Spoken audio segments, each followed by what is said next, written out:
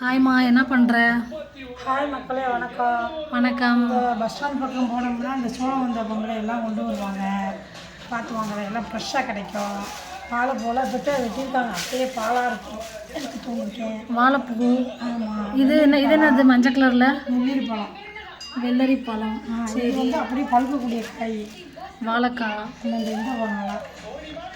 அப்படியே பாக்கெட்டில் வெள்ளரிக்காய் விற்றாங்க. வெள்ளரி காயும் இருக்குது, வெள்ளரி பழமும் இருக்குது. குட்டி குட்டியாக இருந்தாலும் பரவாயில்லன்னு 20 ரூபா கொடுத்து வாங்கிட்டு வந்துட்டேன். தேங்காய் வாங்கியிருக்கு. தேங்காய் 2 காய் 50 ரூபா 60 ரூபா 50 ரூபா. அப்புறம் வாழைக்காய் 10 ரூபா. அதே இந்த வாழைக்காய் தனியாக இருக்குது. இந்த வாழைக்காய் இது வந்து பழுக்கக்கூடியது. இது என்னமோ இந்த வாழை, அது இது நாட்டு வாழை சமையலுக்கு.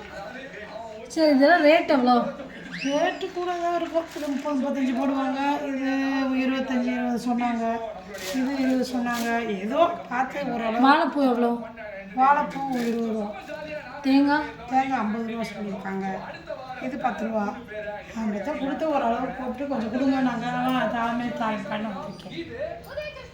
சரி, ஓகே, பாய். ஃப்ரெஷ்ஷாக கிடைக்கணும்னா அந்த பஸ் ஸ்டாண்ட் போயிடணும்.